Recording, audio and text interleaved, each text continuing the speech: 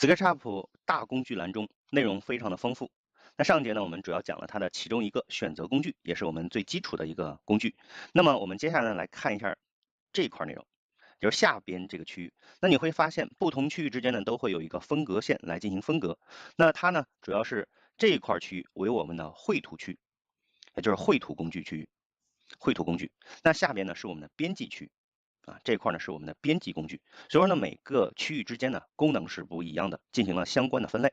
那我们先看第一个工具，当鼠标指向这个铅笔工具的时候呢，此时它会出现它相关的内容介绍，直线，根据起点和终点绘制我们的直线。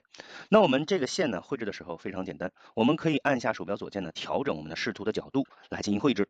那此时大家可以看出来有红线、绿线和蓝线三条线，那它分别代表的意思呢是红线为 x，绿线呢为 y， 蓝线为 z， 也就是说我们的 x y z 三个轴代表的是水平、纵深和高度。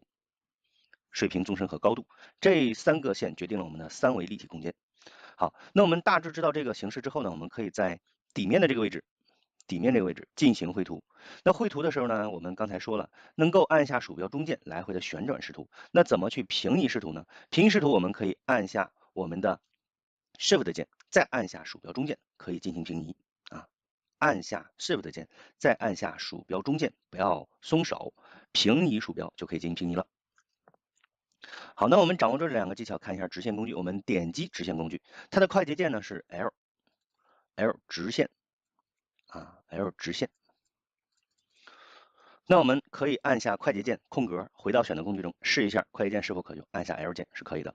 好，那它划线的时候呢，是点击屏幕一点松开，点击鼠标左键点击一下松开。此时呢，它会沿着红色的轴向后呢进行绘制，也可以沿着绿色的轴纵深方向进行绘制，也可以沿着蓝色的轴向上进行绘制。那我们绘制三条不同方向的线，大家看一下，点击另外一点。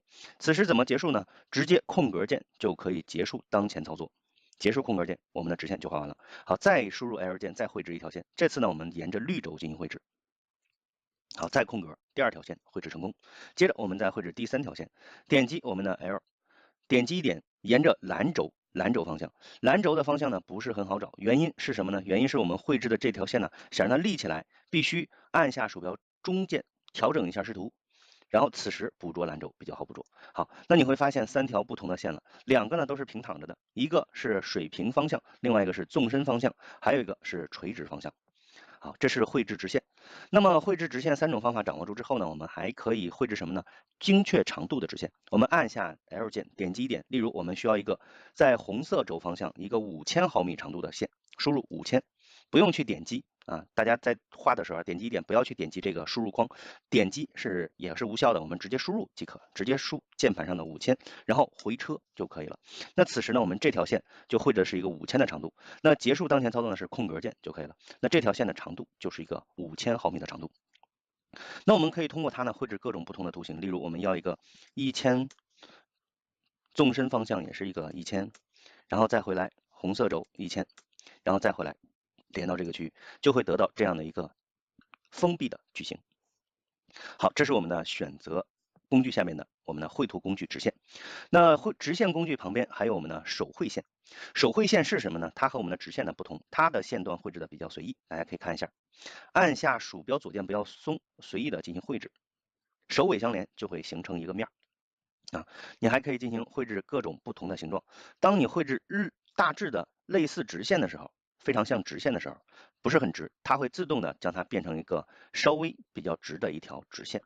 稍微比较直的一条直线。OK， 这是我们的手绘线。手绘线呢，我们用的不是很多，所以说呢，大家作为一个普通使用的知识点掌握即可。OK， 那这是我们这节课所讲的线段绘制工具。